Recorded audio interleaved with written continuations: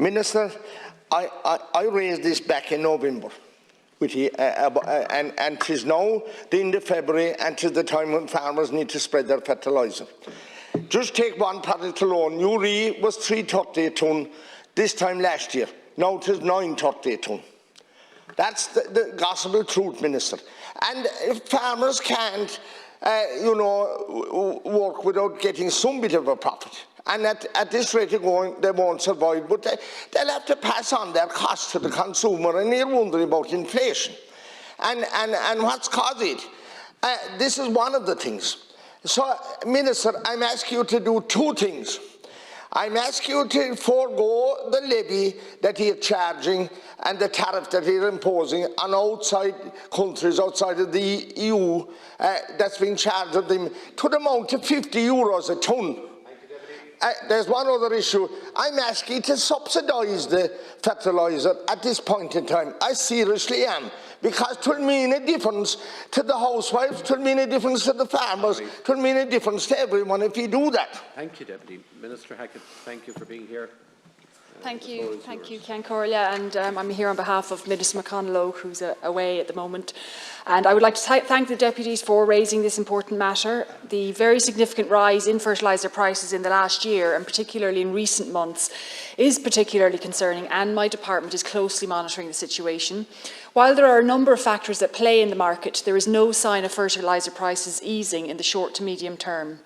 There are no fertilisers manufactured in Ireland.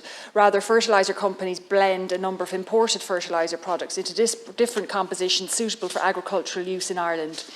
Indigenous fertiliser companies are dependent on global supply and demand and subject to euro exchange rates against the US dollar and other currencies on the price they pay for fertiliser. The well-publicised rise in gas prices, which is a key input in nitrogen fertiliser production, has contributed significantly to the upward trend in fertiliser prices. Furthermore, an exasperating factor is an increased demand for fertiliser from large grain-producing countries, which is being fuelled by strong global grain markets. This increased global demand has impacted on supplies and added to upward pressure on prices. The imposition of anti-dumping tariffs from certain third countries is, of course, an additional, albeit secondary factor when imported into the EU from these producing countries. Therefore, it is clear that there have been a confluence of issues over the past 12 months or so, all having an upward effect on global fertiliser prices. Energy prices remain well above January 2021 levels, and transport costs have also added to the price increases. In October 2021, Minister McConalogue requested Teagasc to lay out a credible roadmap to assist farmers in the short term, as well as offering a long-term solution in the move to reduce dependency on chemical fertilisers and the Soils, Nutrients and Fertiliser campaign was launched on the 26th of January, just gone by. Teagasc has put together a comprehensive information pack for farmers and their advisors through a compendium of 20 fact sheets to optimise the use of plant nutrients and to help farmers address the challenge of maintaining their farm outputs in the face of rising fertiliser costs and reduced availability.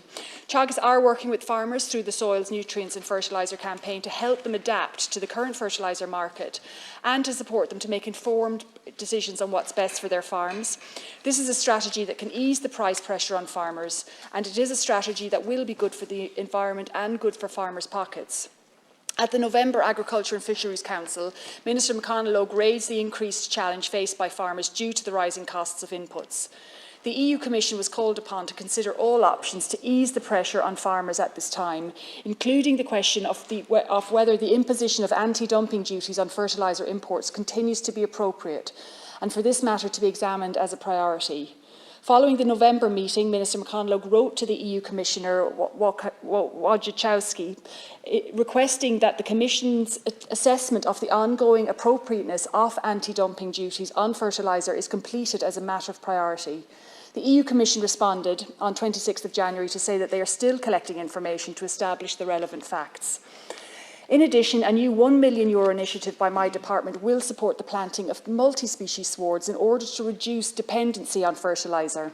This scheme will support farmers to use multi-species grass when reseeding. It will mean a mixture of complementary species will be sown, including clover, which will enable farmers to significantly reduce their use of nitrogen. A pilot soil sampling programme has also been introduced by my department, which will give farmers comprehensive details of the soil health and soil condition of their farm. This should again help them, provide them with the critical information to make farm management decisions and nutrient inputs to the most efficient levels.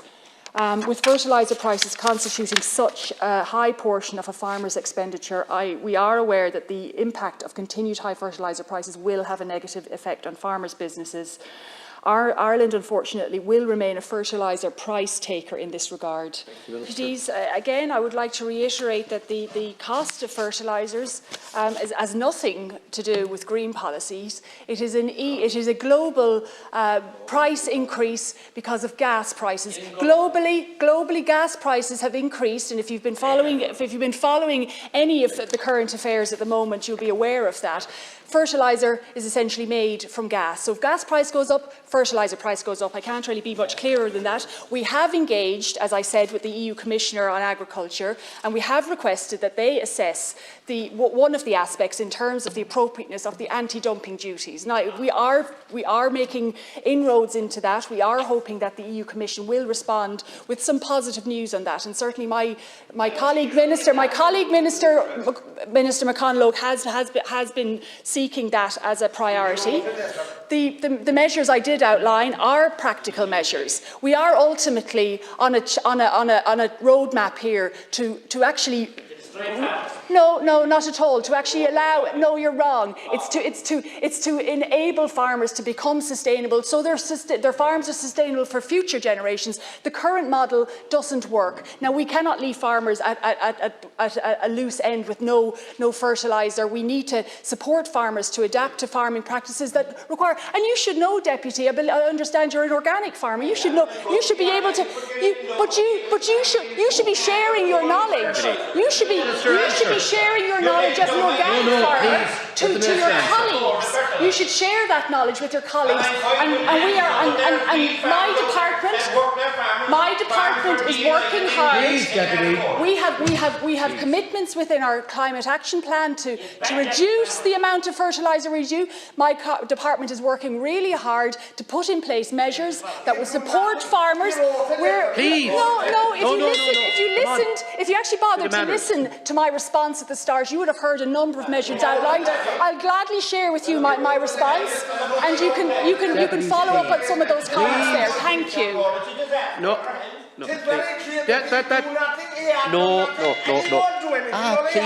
Please. Not serving anyone's interest with this. Carry on.